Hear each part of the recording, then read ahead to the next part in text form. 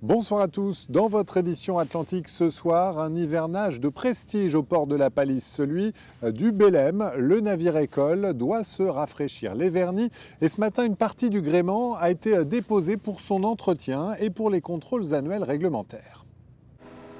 On appelle ça déverguer, un verbe utilisé dans la marine pour décrire cette manœuvre. Là, avec le froid et tout, c'est... C'est un peu plus dur, mais c'est pour ça qu'on s'est bien protégé. Des travaux indispensables pendant la pause hivernale pour démonter et déposer à terre les vergues, ces longues pièces de bois disposées en croix sur l'avant des mâts pour soutenir les voiles. C'est une opération qui est assez spectaculaire, mais en soi, après, c'est quelque chose qui est maîtrisé. En fait, c'est-à-dire qu'on a un petit peu de risque parce qu'il y a des masses qui se déplacent assez importantes, mais en soi, avec le travail, on arrive à réduire le risque. Puis on s'inspire des anciens aussi, on leur demande conseil. Il y a des dématages qui ont déjà été faits sur le navire. Chaque pièce pèse entre 800 kg et 1,5 tonne.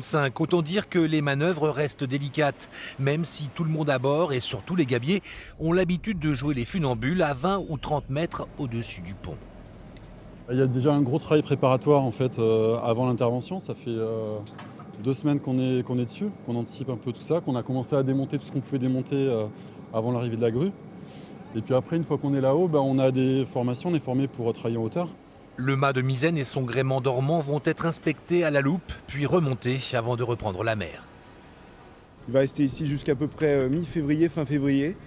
On va lui faire passer ses visites annuelles de navires de commerce. Donc on va regréer le mât de misaine là, quand on aura restauré le plateau de hune. Et ensuite, on va lui faire passer ses visites annuelles de navires de commerce classiques.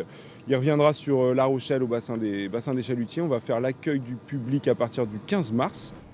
Après plusieurs mois d'escale ici, le Belém, l'un des plus anciens 3 mâts navigants dans le monde, doit quitter La Rochelle au printemps prochain.